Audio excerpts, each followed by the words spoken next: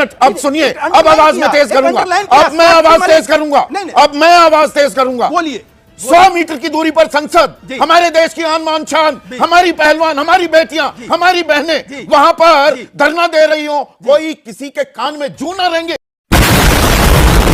तो चलिए साथियों, धुलाई शुरू करते हैं। पिक्चर चालू करो बे।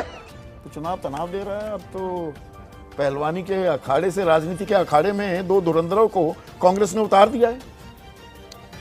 नहीं संदीप भाई, जो आपने अभी तमाम खिलाड़ियों के नाम लिए, जनरल बीके सिंह जी का नाम लिया, इसी प्रकार से आपने कहा कि भाई वो अगर भारतीय जनता पार्टी में आ गए तो आखिर में इस पे जो है इस तरह का सवाल खड़ा करने का तुक क्या बनता है?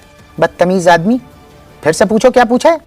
बजरंग और विघ्नेश का जो तुलना है, अगर आपको सही मायने में ये तुलना करना है तो अरविंद केजरीवाल से करिए। अच्छा, केजरीवाल इसी प्रकार से, जैसे विघ्नेश और बजरंग पहले दिन जब वो धरना पर बैठते हैं, आप याद करिए आईजी स्टेडियम में, तब वो ये कहते हैं कि हमारा कोई राजनीतिक महत्वाकांक्षा नहीं है, हमारे धरना प्रदर्शन, हमारी जो पहलवान बेटी और बहन है, हम उनकी अस्मिता की लड़ाई लड़ रहे हैं, हम हमारे से जो है राजनीतिक दल जो है दूरी बना के रखे।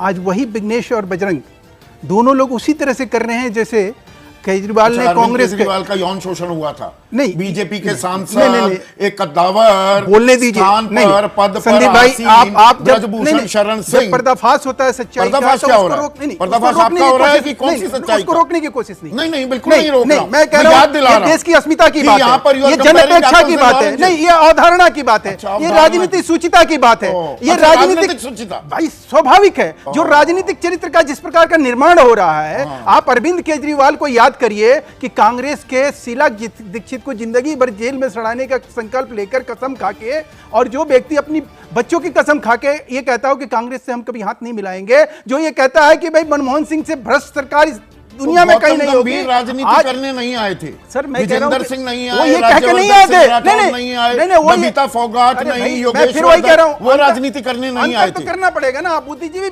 पत्रकार हैं। मैं कह रहा हूं विघ्नेश और बजरंग की तरह गौतम गंभीर थोड़ी है। बोलिए, नहीं विनेश है, विनेश।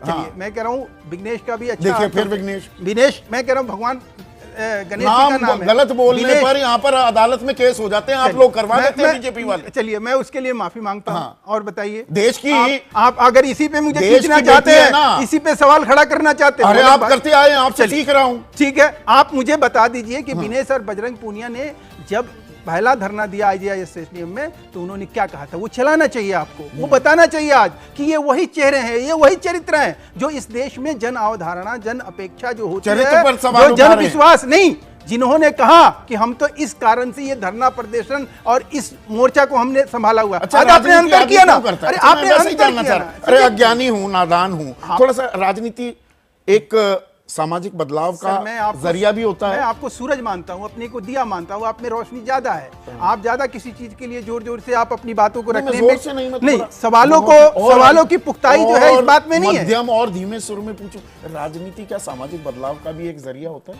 क्या बात है सर, क्या बात है सर। मैं तो कह रहा हूँ कि होता है, लेकिन कम से कम आदमी जिस नैतिकता, आज जो एक नैतिक मोरल अथॉरिटी जो है ना, आज बीजेपी में बने रहे, ब्रजभूषण शरण सिंह को टिकट ना देकर नैतिकता का तकाजा भी आप दिखा दें, लेकिन टिकट दे दें उसके बेटे को। इंडियन रेसलिंग फेडरेशन जो है उसमें आमूल चूल परिवर्तन की बात हुई थी।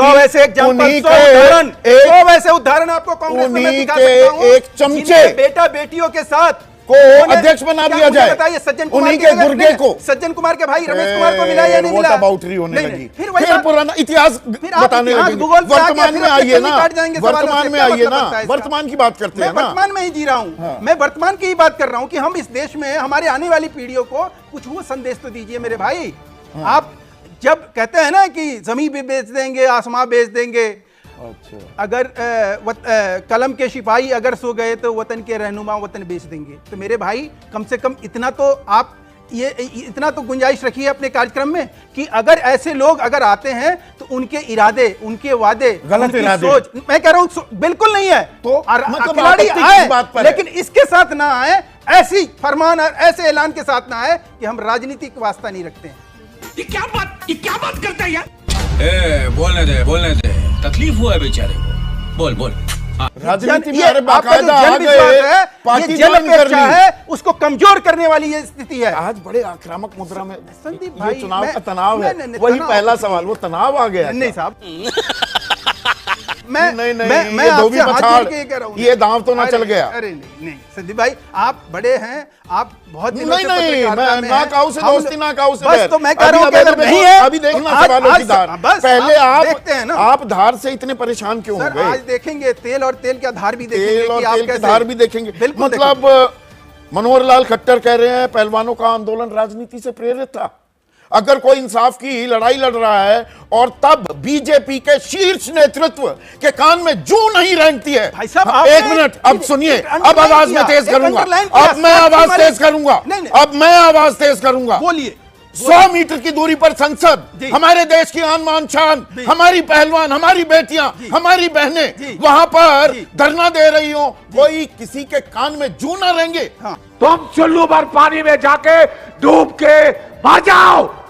थोड़ी मर्यादा रखिए। एक नेता ना उनसे मिलने जाए, बिल्कुल। उनको बताएं एक समुदाय से हैं, एक राज्य से हैं, और गला फाड़ने लगे पश्चिम बंगाल पर। यह आपका नैतिकता का तकाजा है। क्या बातें कर रहे हैं आप?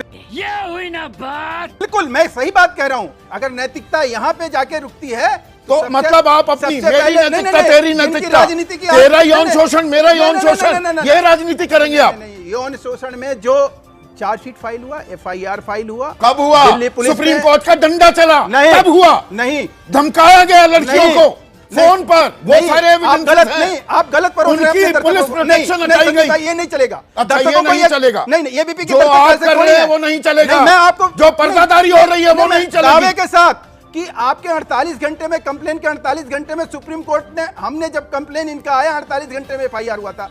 झूठ बोलो, बार बार झूठ बोलो। आपको उसके बाद- जानकारी नहीं है, फिर मैं फिर टाइमलाइन वही बताऊं। सुप्रीम सबसे कोर्ट के पहले कहने के ऊपर अरे FIR भाई, सबसे पहले जनवरी में बैठे, सरकार ने कहा कमेटी बनाएंगे, दो कमेटी बनाई, निकला कुछ नहीं, सर, सिफर। सर मैं ये कह रहा दोबारा बैठना पड़ा, मैं कह वहां रहा से हूं, किसके टेंट उखाड़ कंप्लेन- दिए किसी के गए, कंप्लेन पे ही होगा ना वहां से FIR। तखत उखाड़ अरे दिए भाई, गए, किसी के ये कम- गए हरिद्वार नहीं, किसी का कंप्लेन पे होगा ना अपने FIR। मेडलों को प्रवाहित करने के आप लिए, बोलने दीजिए तब ना। सब चुप बैठे रहे। नहीं, कंप्लेन किसी के कहने पे ही होगा ना कि हमारे साथ ये गलत हुआ। अच्छा। अगर वो कंप्लेन देने के बाद FIR नहीं हुआ था, चार्जशीट नहीं हुआ होता, कोई और कानूनी कार्रवाई नहीं हुई होती, तो समझ में आता कि आज की डेट में भारतीय जनता पार्टी जो है इस चीज से बच के निकलना चाह रही है, जैसे ममता बनर्जी ने बच के निकलने की कोशिश करी, जिसका आप हमारे ऊपर उससे तुलना करके आज इस चीज को कहीं खड़ा कर रहे हैं। मैंने हर तरह से सवाल पूछे, और भाई राजनीति तो आप कर ही रहे हैं।